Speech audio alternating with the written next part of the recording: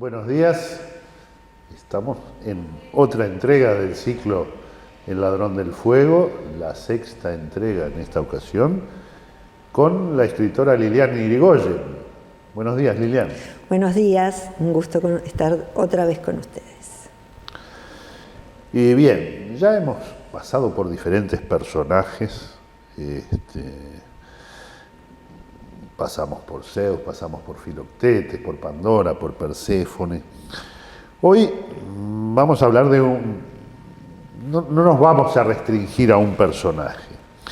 Y más allá de nombre en común, no vamos a hablar de un sándwich con jamón, queso, lechuga, tomate, aceitunas puede haber. No vamos a hablar de Colombe, no vamos a hablar de Ámsterdam, pero vamos a hablar de los olímpicos. De los olímpicos en general. ¿Qué entendemos, para entrar en tema, qué entendemos por los olímpicos, Liliana?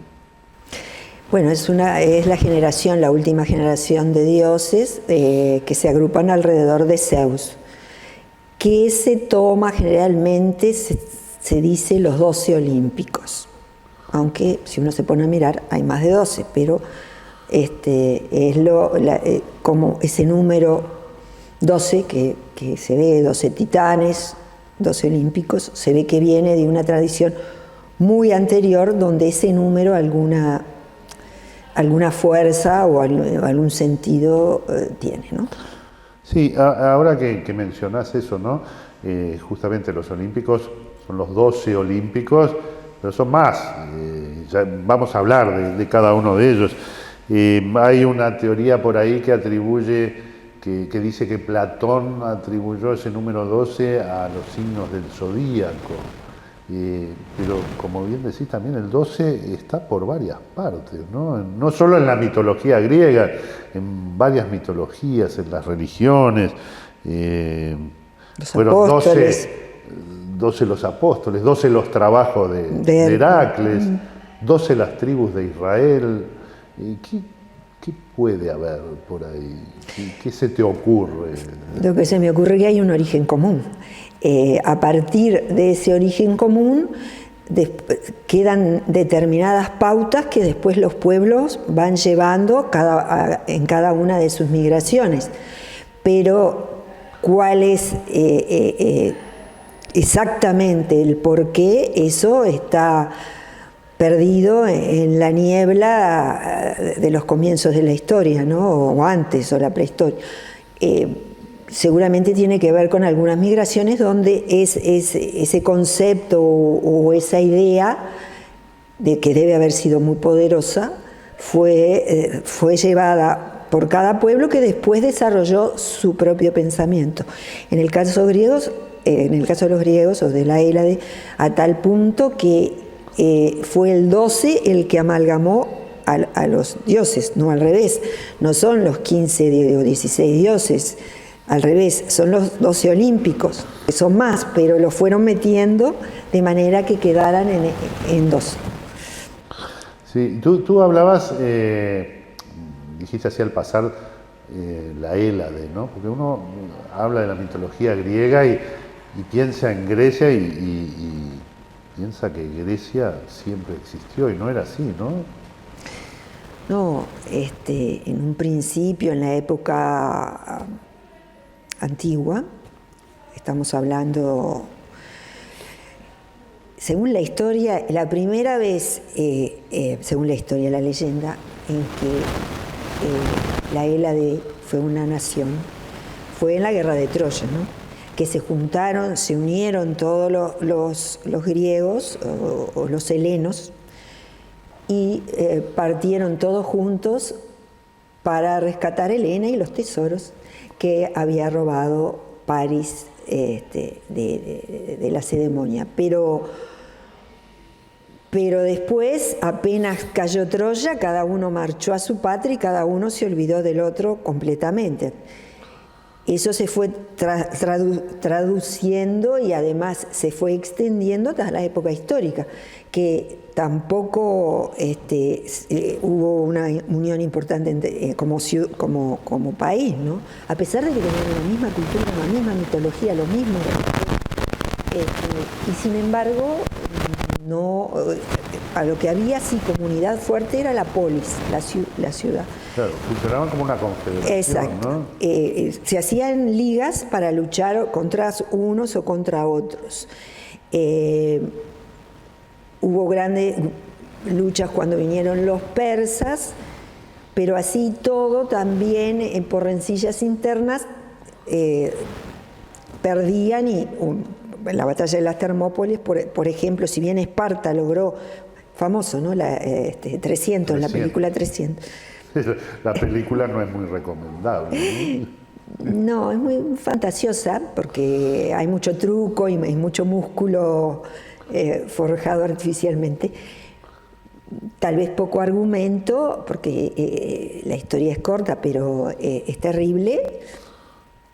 Y esos sí fueron héroes reales, los 300 que lucharon en las Termópilas, las puertas calientes, donde frenaron por un buen tiempo a los persas, hasta que finalmente, por una traición, lograron venir por atrás y los mataron y bueno, llegaron a Atenas. Pero después están las batallas famosas de Platea, Salamina, todo eso que permitió repeler a los persas. De hecho, se puede ver una nación recién a través de Filipo II, el rey de Macedonia, el padre de Alejandro Magno, cuando logra unir toda a la Hélade en la Liga de Corinto, ¿no? Que estamos hablando del 300, no me acuerdo exactamente la fecha, pero 350, por eso alrededor, antes de Cristo. Es ahí de donde recién se juntan como una nación, porque después siempre eran luchas intestinas entre Atenas y Esparta, fundamentalmente en la guerra del Peloponeso, donde también estuvo metido en algún breve momento como poder hegemónico Tebas, pero eran continuamente ligas, uniones, donde en algún momento también fue muy poderosa Atenas, la Liga de Delos, pero volvamos a los Olímpicos. Sí, esto es historia, volvamos en la entrega anterior que hablábamos de Zeus, hablamos un poco del origen, pero para los que no lo vieron, ¿cómo es que llegamos a los 12 Olímpicos? ¿Cómo llegamos a los Olímpicos que desplazan a los titanes, no? Sí, creo que eso se habló un poco en la vez anterior, cuando se unen los olímpicos, cuando Zeus rescata a sus hermanos del estómago de su padre, y bueno, y se juntan todos para luchar contra los titanes y las titánides, que son 6 hombres y 6 mujeres, y bueno, y aliados gigantes, Catón, quiero decir. Y los titanes también son 12. También son 12. Es un número, por eso es un número interesante que se repite, ¿no? Y bueno, y después llega al poder donde se sortean en la tierra, el cielo y el inframundo. Y bueno, y después Zeus queda parapetado dentro de su reino.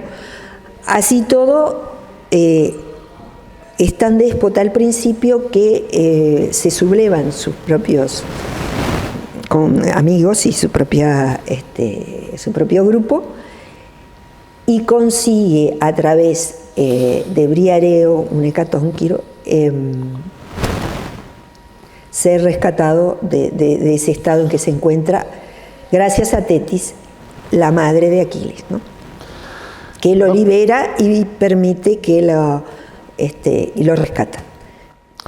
Vamos a hablar un poco rápidamente, porque el tiempo no nos permite extendernos, pero vamos a nombrarlos a todos los dioses olímpicos, a los 12 y algunos de los suplentes, esos que entraban, de los alternos, digamos, ¿no?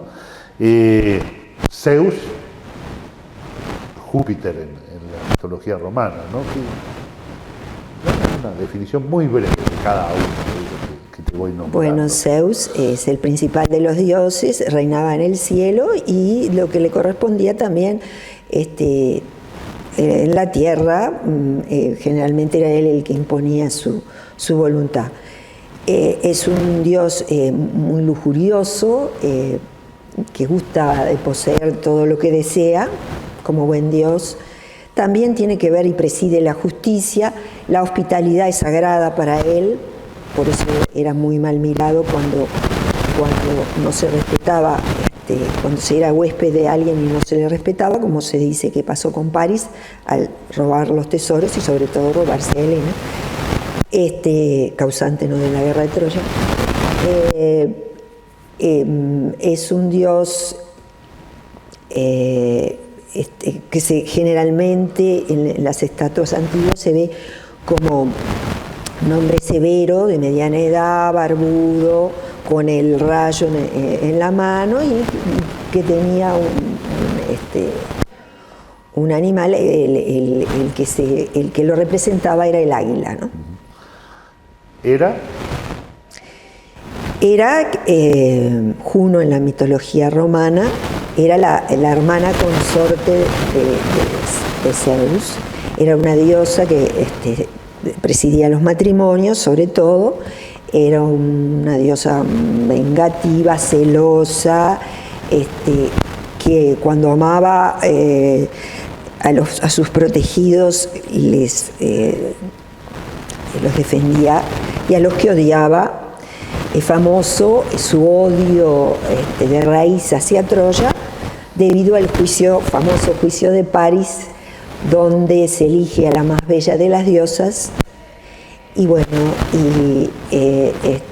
Paris juzgó como la más bella a Afrodita en desmedro de Palas Atenea y de Hera, y Hera le juró contra Troya y contra él siempre su odio eterno, ¿no? Poseidón es un dios, el dios de los mares. Es un dios que se representa también como Zeus, se dice dios de la cerúlea cabellera, ¿no? Lo dice Homero. Siempre se representa en un carro tirado por delfines y caballos marinos, rodeado de tritones y nereidas, y con su tridente, que dice que fue construido por Hefestos, otro de los dioses. Y bueno, estaba casado con Anfitrite, una ninfa marina, y también era un dios lujurioso, tempestuoso, vengativo y terrible. Es famoso su odio hacia Odiseo, al que persiguió en su retorno por haber cegado a Polifemo, ¿no? Un hijo de Poseidón. Neptuno en la mitología romana, ¿no? Exacto. Dionisio o Baco, en la mitología romana, es un dios, es el único dios nacido de una mortal de Semele, que viene de toda la estirpe tebana. Y su madre, cuando estaba embarazada de él, quiso ver a Zeus. Esa fue una de las venganzas de Hera contra el engaño de Zeus, ¿no? Le susurró o la indujo a que tratara de ver a Zeus con todo su esplendor divino. Y bueno, Zeus le hizo el gusto, porque Semele le hizo prometer que le satisfaciera un deseo que ella tenía. Bueno, Zeus le hizo el gusto, porque obligado por su promesa, sabiendo que la iba a matar. Y bueno, cuando la vio en su esplendor divino, fue consumida por el fuego divino. Zeus logró quitar del vientre de Semele a Dionisio, se lo cosió en el muslo y bueno, hasta que nació. Apolo, Febo Apolo, es el dios de la luz, es el dios de la música, de la poesía, está muy asociada a las musas, en el Parnaso, en el Monte Licón, y bueno, siempre se le presenta con una lira y es una cítara. Y es un dios generalmente justo y benévolo, pero también extremadamente lujurioso y vengativo cuando se pretende competir con él, ¿no? En el caso de Marcias, hay un caso famoso que Marcias pretendió competir con el dios, y como las musas tomaron como vencedora a Apolo, en castigo a Apolo lo desolló vivo, a Marcias. Artemisa. Artemisa es, o Diana, que se la asocia con la luna, igual que Apolo con el sol, aunque los griegos después al sol lo tomaron como Helios, y lo separaron un poco de Apolo, y a Selene como la luna, separándolo de Diana de Artemisa. Es una diosa cazadora que representa toda la naturaleza virgen, ¿no? De hecho es una diosa virgen junto con Palas Atenea y Hestia, son las diosas que no tuvieron unión carnal con ni dios ni hombre. Y bueno, representan, como decía, la naturaleza virgen. Es una diosa terrible también, extremadamente vengativa.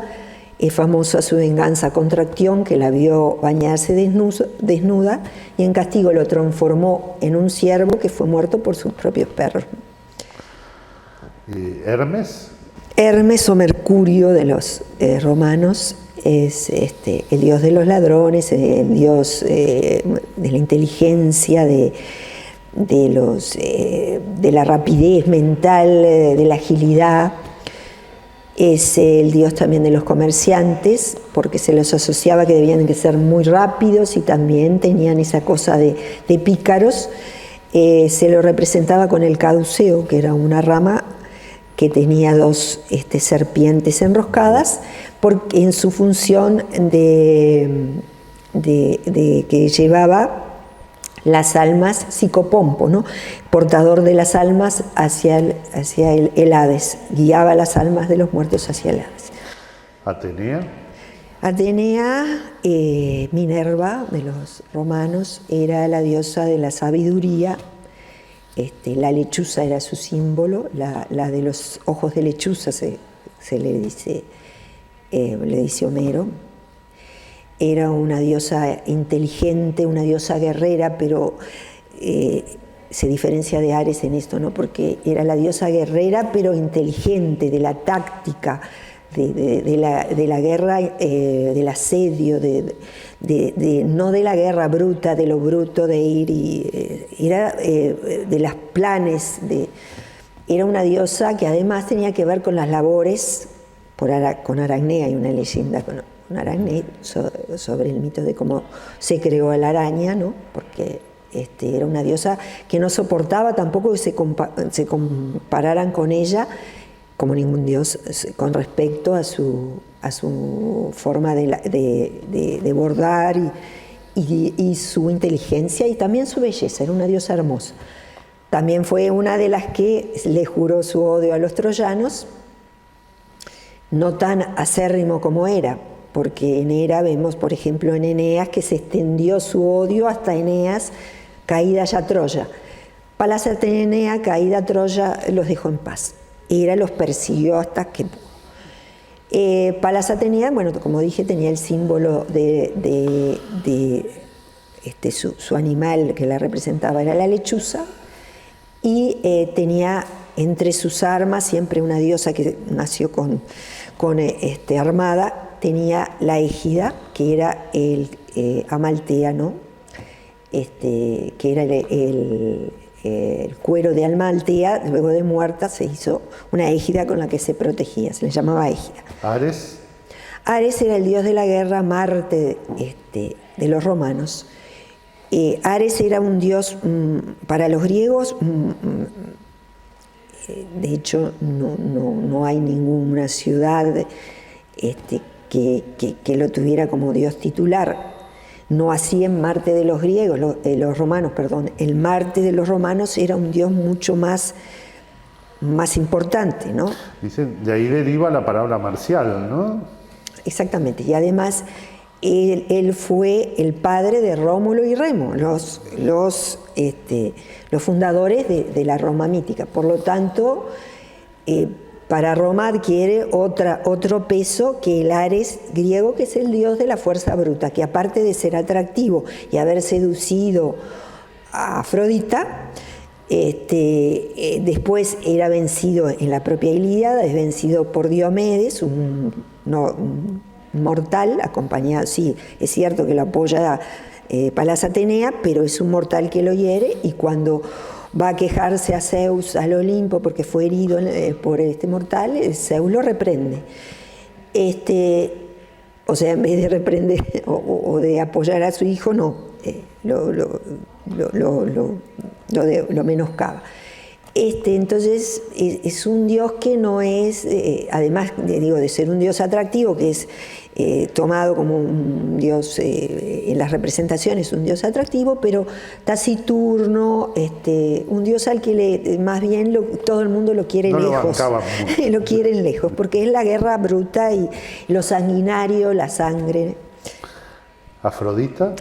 Afrodita es la diosa, la belleza por antonomasia, la diosa más hermosa, la que se quedó con la manzana que Eris la discordia puso en el banquete de Tetis y Peleo, y que Paris otorgó a Afrodita, y que se toma en cuenta como el inicio de la guerra de Troya, cuando hizo que Helena se enamorara de Paris.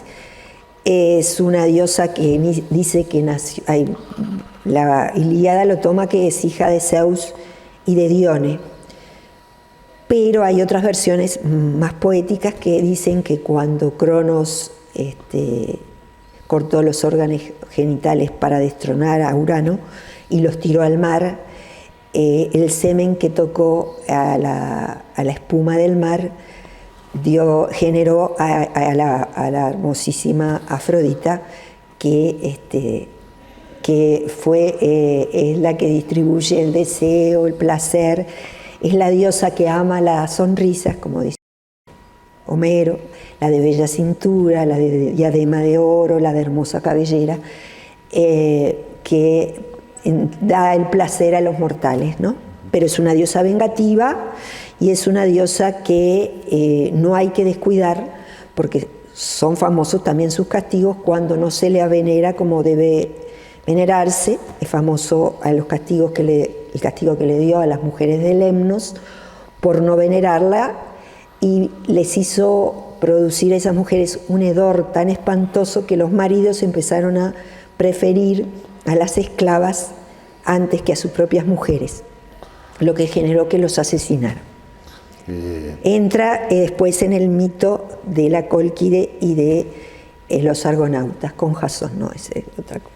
Venus en la mitología romana, ¿no? Exactamente. ¿Hefesto?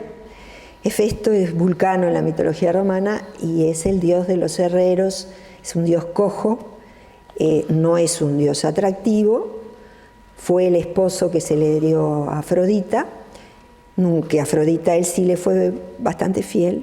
Hay una leyenda oscura que habla de que intentó violar a Palas Atenea, y Palas Atenea logró rechazarlo, pero el semen que tocó la tierra dio lugar a Erictonio, un ser que tenía, como todos los hijos de la tierra, una parte de serpiente, y que sería el primer rey mítico, según esta leyenda, ¿no?, de Atenas. Pero es el dios que tiene que ver con los orfebres, los que trabajan con los metales. Y llegamos al número 12, Deméter. Deméter o Ceres está muy vinculada, es la diosa de la agricultura, se le representa con una espiga, es la diosa de la rubia trenza, ¿no? Es muy común decirla, tal vez porque la trenza una trenza rubia asemejaría a una espiga. Es la diosa que tiene que ver con la agricultura, y a través de Tritólemo, que es una leyenda, distribuye y enseña a los mortales a cultivar. Está muy vinculada con el mito de las estaciones a través de Perséfone y de Hades, que ya hemos hablado en otra historia sobre Perséfone, en otra de nuestros encuentros. Es una de las hermanas de Zeus y también se unió a Zeus como era, y tuvo, bueno, a Perséfone. También dicen que se unió a Poseidón en forma de yegua y tuvo al caballo Arión, pero esa también es otra leyenda. Bien, se nos está acabando el tiempo, no nos dio el tiempo para los alternos, nos quedaron en el tintero Heracles, Hades, Eros, Asclepio. Vamos a dedicar un programa a ellos. Nuevamente, muchas gracias, Lilian, por tu presencia y quedamos para la próxima. Un gusto, nos veremos en el próximo encuentro.